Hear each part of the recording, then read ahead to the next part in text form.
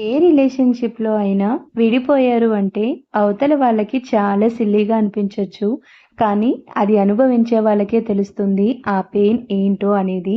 ఈరోజు ఒక important session విన్నాను.